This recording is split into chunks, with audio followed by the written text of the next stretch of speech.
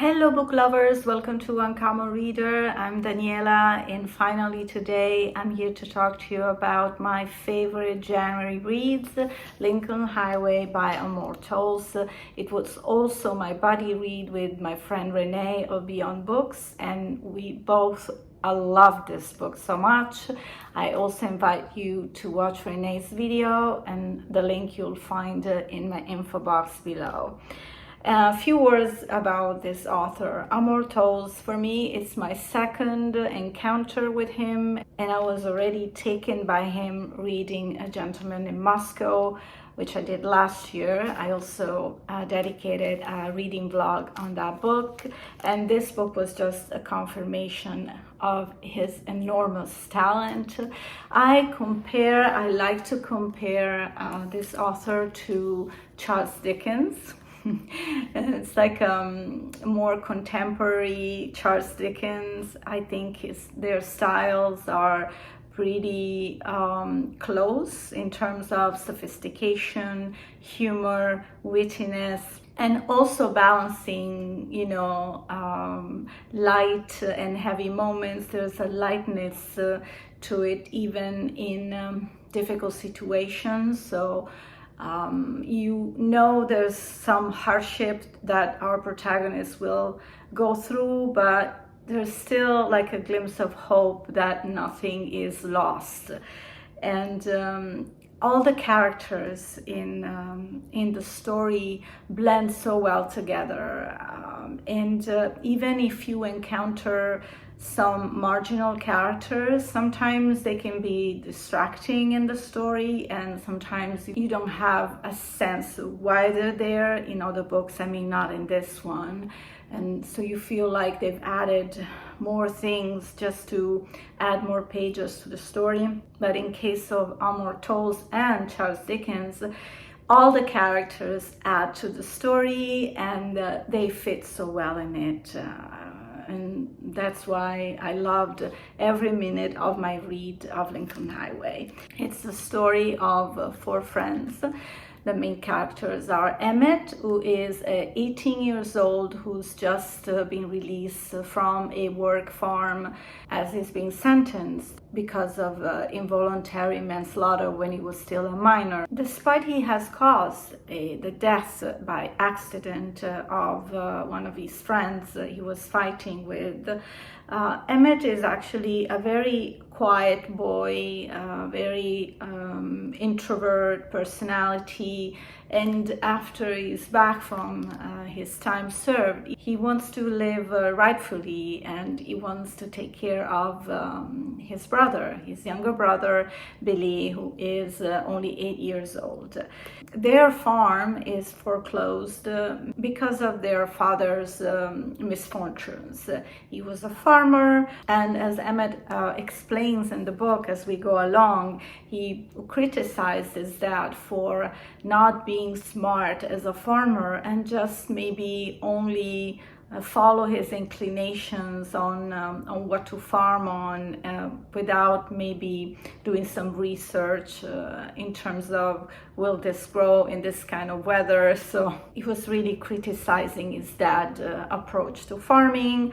But at the same time, what I felt is that during the story, he also realized that he was maybe too quick to judge his father, as also he's gonna come across some decisions that on the second thought will make him think, and compare himself to his dad ultimately. But he's always one to do the right thing, and when especially it comes to being a good brother for Billy.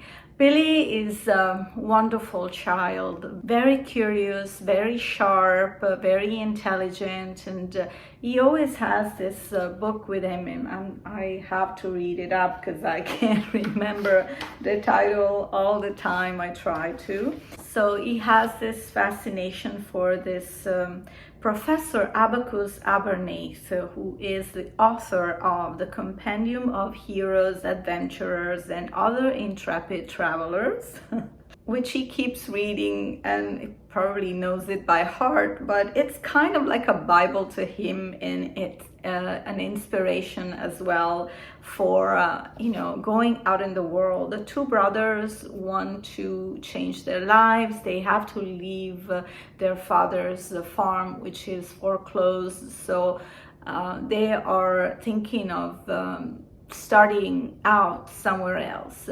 Billy has a clear idea or where he wants to go.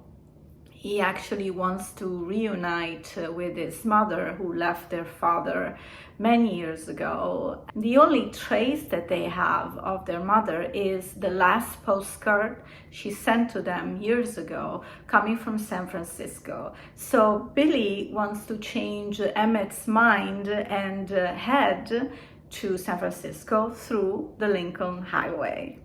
But before they start off for this new adventure, two of Emmett's friends from the work farm show up, and I don't want to share how they got there, which is again another adventure. They will have a different plan in their head.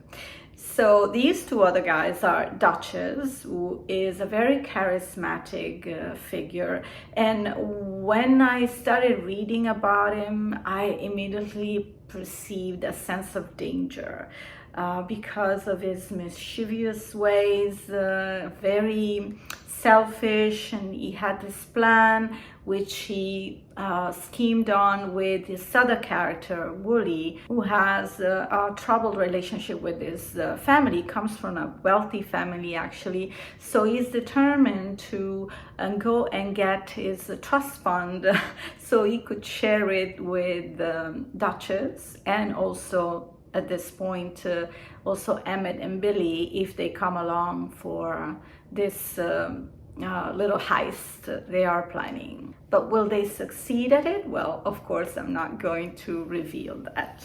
Another character I love from this book was definitely Sally. She is Emmett's and Billy's neighbor. She took care of Billy when Emmett and Billy's father died a few months back. She is a very generous, thoughtful, industrious young woman, and taking care of the house and just providing for all of them. And it was actually great to see her also transform during the story, and getting a little more selfish in a way, because her character also will go through an epiphany, and I'm really glad that she was able to also transform her life and set up different goals for her, rather than being just her dad's and neighbor's caregiver. One of the lines that I love about Sally, because she never speaks inappropriately. Her thoughts are always to the point. There's a moment where she's with Emmett and they talk about certain things that need to be done. And so, Emmett says, we're going to do this and this and this. And this is Sally's thought once Emmett leaves the room. As Emmett walked out the door and climbed into his bright yellow car, I thought to myself that there are surely a lot of big things in America. The Empire State Building and the Statue of Liberty are big. The Mississippi River and the Grand Canyon are big. The skies over the prairie are big. But there is nothing bigger than a man's opinion of himself.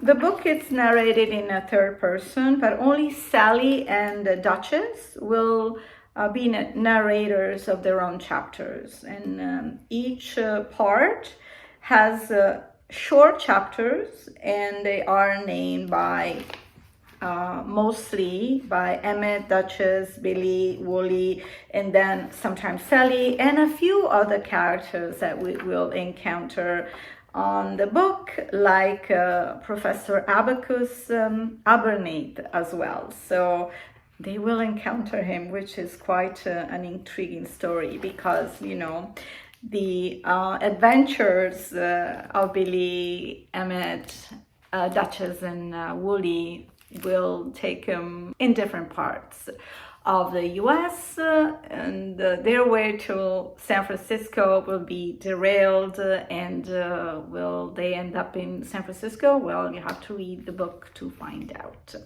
I totally encourage you to give this book a try, despite his almost 600 pages. It's a very fast read, a page turner. You get so involved in these boys' stories and adventures, and it helps to read such beautiful language as well. Every word is so well thought in this book, and I'm just enamored by Amor Towles' writing. I feel I could go on and on, but I don't want to be repetitive. Give this book a try. It's really worth it, and I hope they're going to do maybe a TV series on this book, as they did with The Gentleman in Moscow. Well, looking forward to see if that happens. So thank you for tuning in today. I really appreciate your company. Let me know if you read this book in the comments or are curious to read it now that you've heard my words. Look forward to see Reney's video as well. So go and look for it in the info box. You'll find a link to her video as well. I look forward to connect with you in my next video here on Uncommon Reader. Take care, happy reading, and ciao.